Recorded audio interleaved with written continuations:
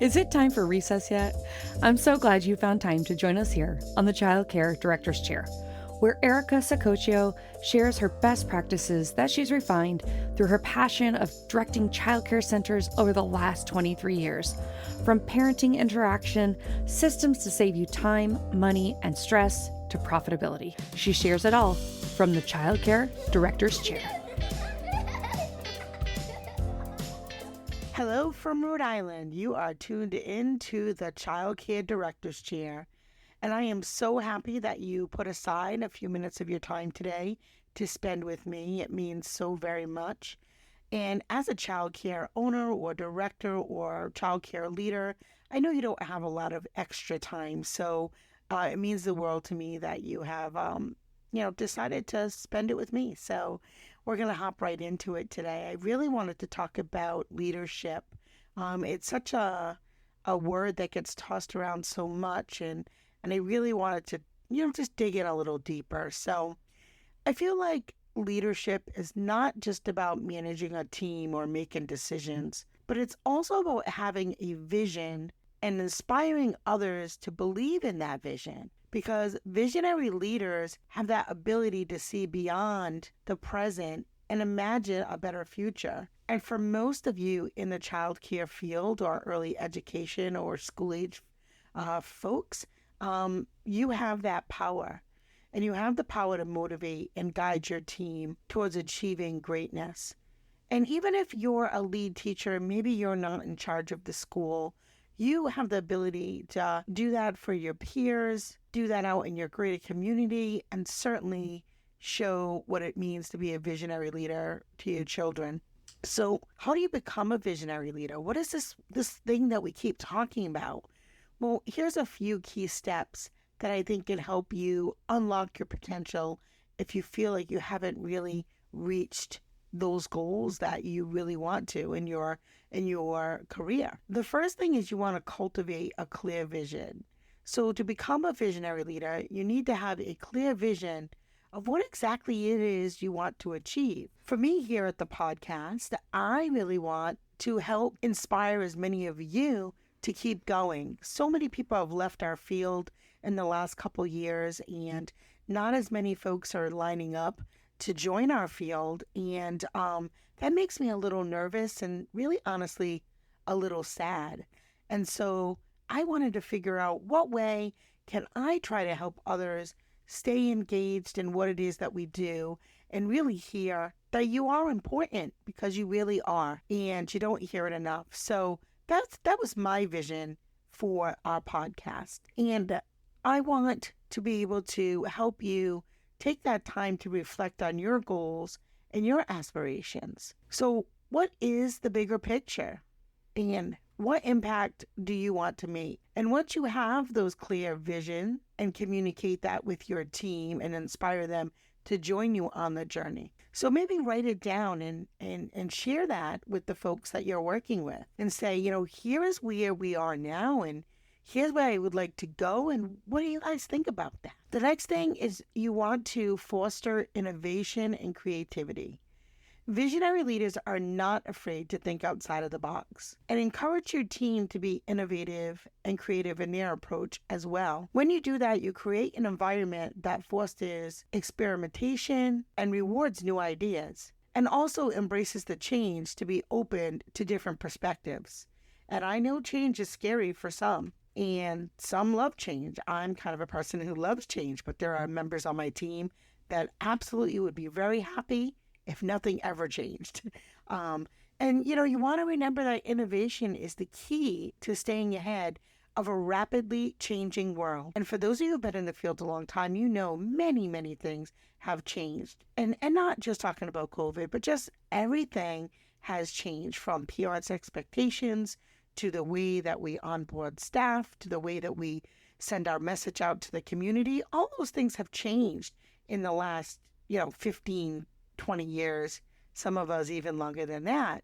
So we have to really think about how are we staying ahead and continuing to motivate those around us and sparking that leadership within your program. Because again, if you do everything, you're going to burn out.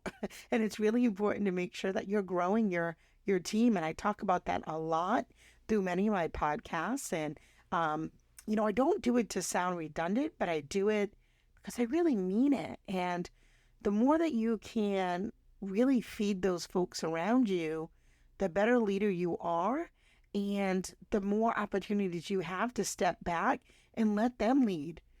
I'm not sure if you all have heard the story of the geese, but that's a wonderful one. And if you haven't heard it, do your research on it. Take a look at the story of the geese and how they support each other. And when you are a leader and you show your folks you're leading by example, your actions speak louder than words. So many times I hear leaders that are talking about what they're going to do, but they don't follow through. So make sure you're not one of them. And of course, we're human and we all have great intentions. But at the end of the day, are we following up and are we following through? And when you do, you show your team what it means to be passionate, to be dedicated, and to be resilient. Because God knows we really need to be resilient in this field nowadays. So be that first one to take the risks and step outside of your comfort zone. And your actions will inspire others to do the same. And I know that I have done that with so many in my circle. And I hope I've done a little bit of that for you. And if I haven't, I hope you continue to tune in daily. And hopefully I can ignite some of that passion in you and excite you to do more, because I know you're tired, but tune in to what you really, really love. That's really going to help you set yourself, again, ahead of the pack. You also need to have that emotional intelligence. And emotional intelligence is such an important skill for leaders, especially for visionary ones. You have to understand the emotions and the needs of your team members, and it doesn't always look the same.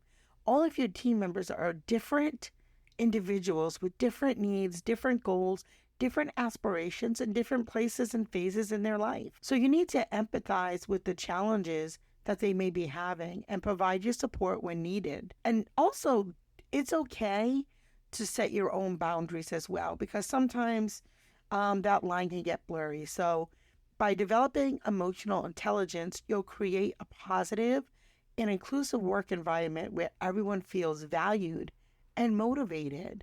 Because I do hear so many of you talk about, the folks that are coming in, they're not motivated, they're not engaged, because maybe they're not excited. So that is your job as a leader, is to get them excited about the work that they will be doing with you. And sometimes it may be not with you. Sometimes I motivate people right out of my program, and that's okay, because for me, that's important for me to grow folks.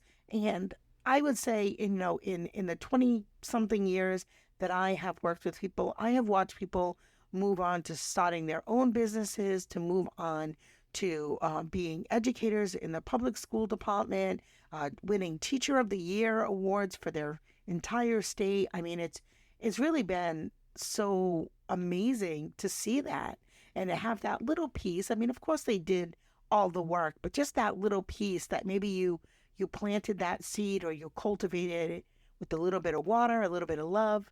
So, think about how you can do that as well. And then, of course, communicating effectively is paramount for any leader.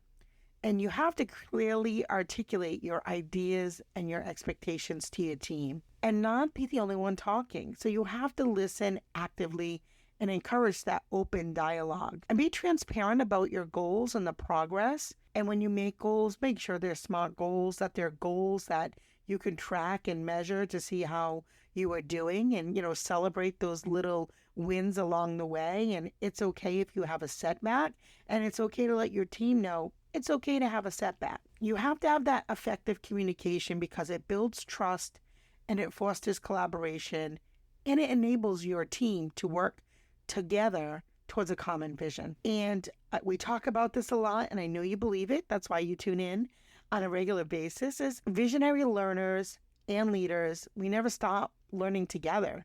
We stay curious and we seek opportunities for our personal and professional growth. So invest in your own development and encourage your team to do the same. And then embrace that feedback and learn from both successes and failures. And remember that growth is a lifelong journey. Becoming a visionary leader is not an overnight process. It requires dedication, perseverance, and a commitment to personal growth. But with the right mindset and taking some action on a few of these key steps, you definitely can unlock that potential that you have inside of you to inspire others to follow your vision. So, are you ready? Let's get out there and become visionary leaders in the early childhood and school age field.